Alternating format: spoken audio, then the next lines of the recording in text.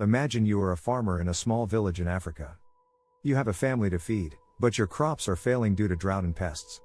You need money to buy seeds, fertilizers, and pesticides, but you don't have any savings.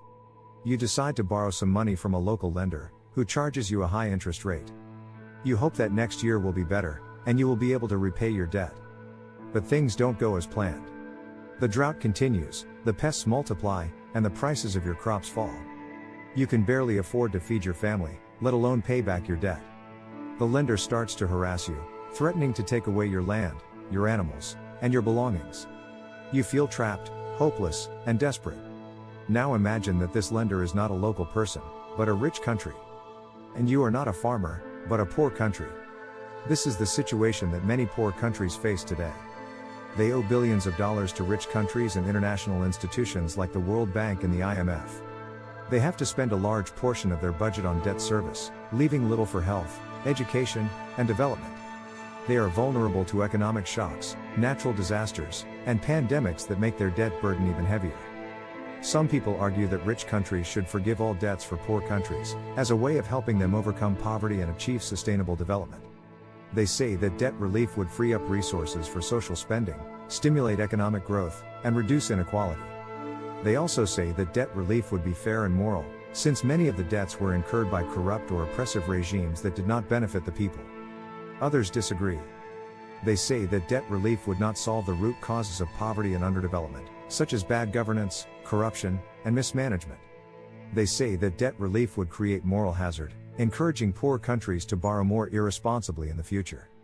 They also say that debt relief would be unfair and inefficient, since it would reward bad performers and penalize good ones. So who is right? Well, there is no simple answer to this question. Debt relief has its benefits and drawbacks, depending on the context and the conditions attached to it. In some cases, debt relief has been successful in reducing poverty and boosting growth in poor countries. For example, the Heavily Indebted Poor Countries (HIPC) initiative launched by the World Bank and the IMF in 1996 has provided $76 billion of debt relief to 36 countries. According to the World Bank too, this has helped these countries increase their spending on health and education by 65% between 2001 and 2015. In other cases, debt relief has been ineffective or counterproductive in achieving its goals. For example, some countries that receive debt relief under the HIPC initiative have accumulated new debts that are unsustainable or risky.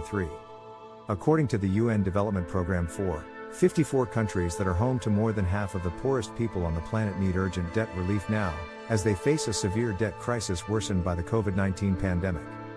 Therefore, the question is not whether rich countries should forgive all debts for poor countries, but how they should do it. Debt relief should be tailored to the specific needs and circumstances of each country, taking into account its level of indebtedness, its capacity to repay, its economic performance, its governance quality, its social priorities, and its environmental challenges.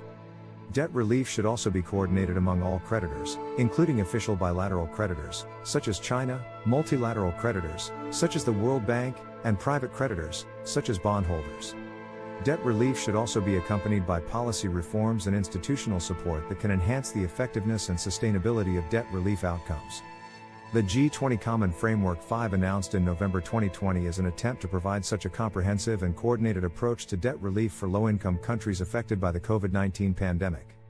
However, it has faced some challenges in its implementation so far, such as lack of participation from private creditors and insufficient debt reduction for some countries.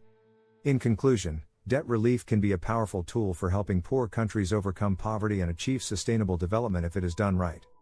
But it is not a magic bullet that can solve all their problems overnight. It requires careful design, monitoring, and evaluation, as well as political will, cooperation, and solidarity from all stakeholders involved. Thank you for watching this video. If you liked it, please give it a thumbs up and subscribe to my channel for more content like this. And don't forget to leave your comments and questions below. I would love to hear your thoughts and opinions on this topic. See you next time.